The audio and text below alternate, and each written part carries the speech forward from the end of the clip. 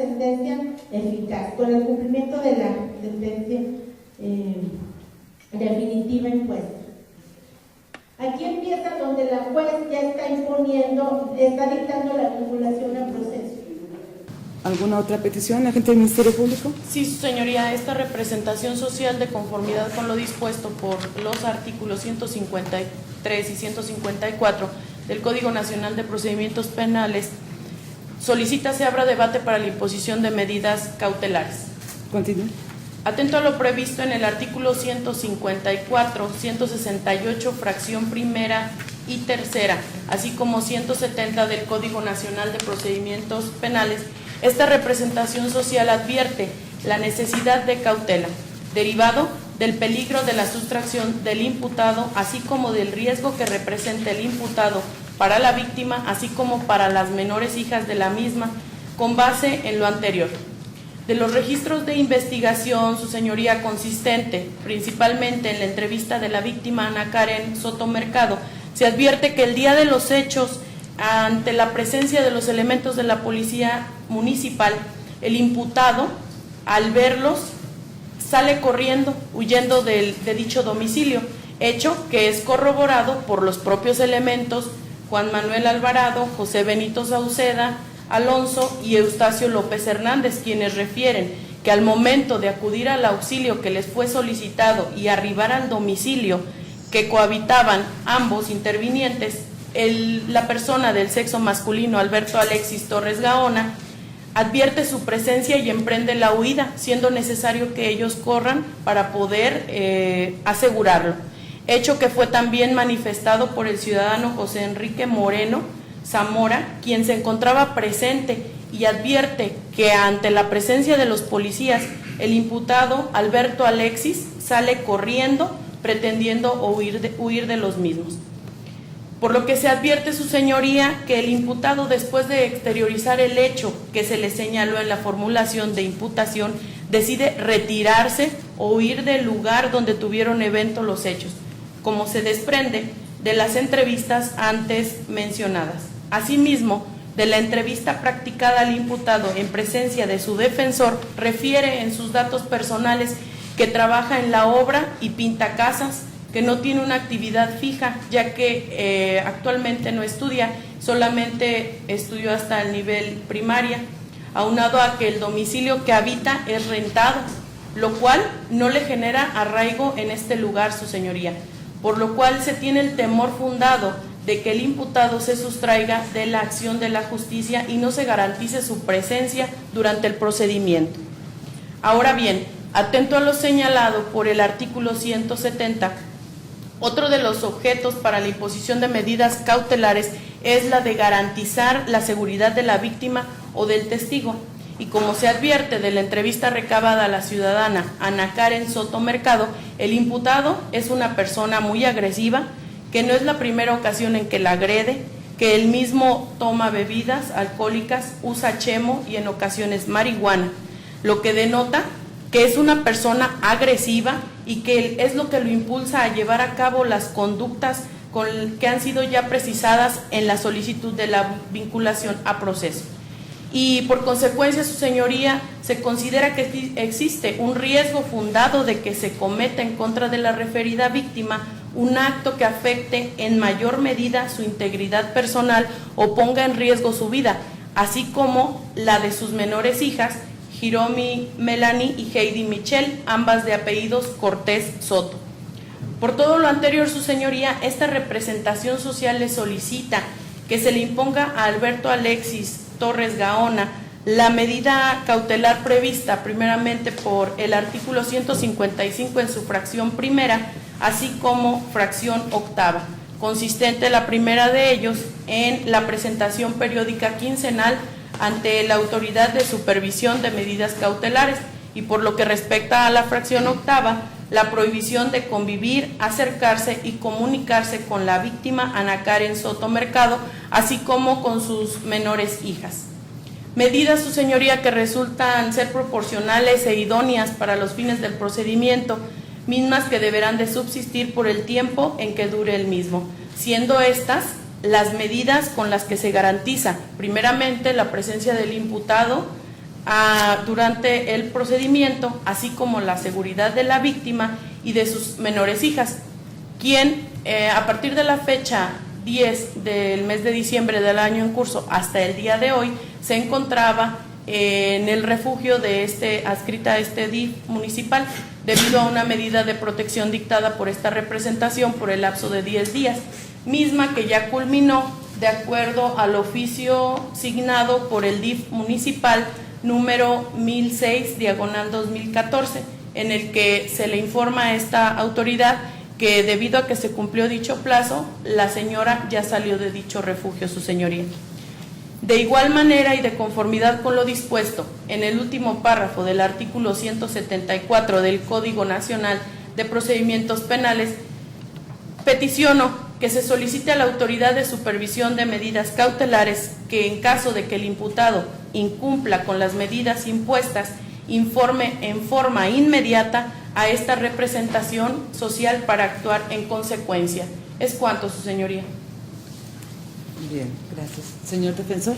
Sí, señora, considero que las medidas cautelares solicitadas por la representación social son excesivas, ya que de acuerdo al artículo 156 del Código Nacional de Procedimientos Penales y el artículo 19 de la Constitución, el Ministerio Público no ha justificado plenamente la necesidad de las mismas.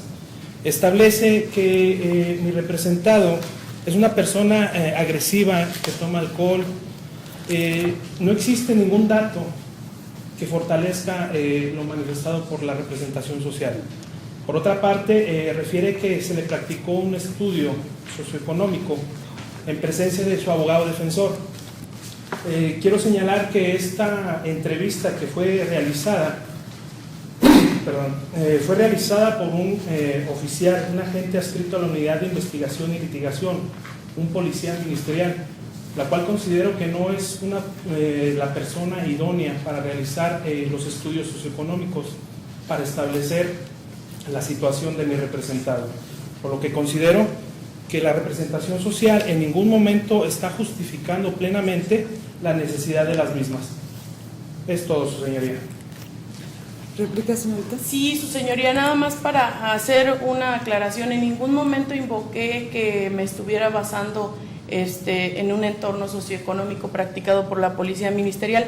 Lo que yo referí fue que los datos fueron proporcionados por el imputado en virtud de que él estuvo detenido y lo hizo al momento de la notificación de su retención, como se advierte de la carpeta de investigación, siendo esto el día 10 del mes de diciembre del año en curso, a las 16:30 horas, y lo hizo en presencia de su abogado defensor. Así también es importante señalar que, si bien es cierto no existe documentado algún antecedente respecto que el imputado tome alcohol o use chemo o consuma marihuana, también lo es que es parte fundamental el dicho de la víctima, pues ella, al estar en cohabitación con el imputado, conoce y sabe cuáles son sus actos o los hechos que él hace en su vida cotidiana, su señoría. ¿Es cuánto? Señor defensor. Sí, señora, referente a lo que manifiesta la representación social que fue realizada una vez que fue entrevistado mi representado, considero que se debió de haber realizado alguna investigación para corroborar los datos que estaba proporcionando mi representado. Y como lo he referido ya con anterioridad, no existe ningún dato para establecer que mi representado sea una persona que consuma alcohol o alguna droga, y que esto sea suficiente para que el Ministerio Público justifique las medidas cautelares solicitadas. Muy bien. Tengo suficiente. Igualmente incorporo el debate que se ha generado, y es importante señalar que la carga probatoria sobre la necesidad, sobre los peligros, primero, sobre el peligro que pueda generar el imputado y la necesidad de la cautela, son a cargo del Ministerio Público. Y si bien es cierto, el dicho de la ofendida tiene prevalecencia, ello no es obstáculo para que la agencia del Ministerio Público hubiese investigado y corroborado los datos de la ofendida, no porque se duden de ellos, sino para dar certidumbre de la necesidad de cautela. Y al no haberlo escuchado así, considero que sí es necesario imponer una medida cautelar de cómo se ha desarrollado este evento, pero no será en los términos precisos en que lo ha solicitado la agente del Ministerio Público debido a la consideración que les he manifestado. Por lo tanto, se impone, sí, la revista periódica para que comparezca ante el Centro de Readaptación Social únicamente a la firma, pero esta será mensualmente, ello atendiendo que no es suficiente no tener un trabajo fijo, porque él reside aquí y las circunstancias sociales y económicas de Matehuala tienen a mucha población en trabajos eventuales. Tampoco el hecho de no tener casa propia y rentar es una circunstancia que me permite establecer que no puede generarse un arraigo en la localidad. También, pero sí también considero importante estar sometido a la obligación periódica para generar las condiciones de terminación de este proceso. Por eso usted va a ir a firmar al Centro de Readaptación Social todos los meses, el día 19 de cada mes.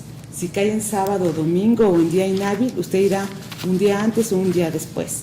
Y de ello nos informará el centro. Le pido que gire en el oficio respectivo, nos informará del cumplimiento o del incumplimiento de ello. También considero oportuno la prohibición no de no solo comunicarse, sino de no acercarse a la víctima, ni tampoco a las menores hijas de ella, y por lo tanto esta medida, para ello deberá girarse el oficio para que se dé cumplimiento y se ejecute esta medida cautelar a la Secretaría de Seguridad Pública en los términos que lo señala la Ley de Ejecución de Medidas Cautelares del Estado de San Luis Potosí. Señor, le encargo eso. Por lo tanto, estas dos medidas se imponen hasta en tanto dure la tramitación del proceso. Señor asesor jurídico, ¿alguna argumentación que hacer? Ninguna, la del ministerio. Muy bien, gracias. ¿Alguna petición más? O sea, se abre debate sobre el cierre de investigación, señor agente del Ministerio Público. Sí, su señoría, de conformidad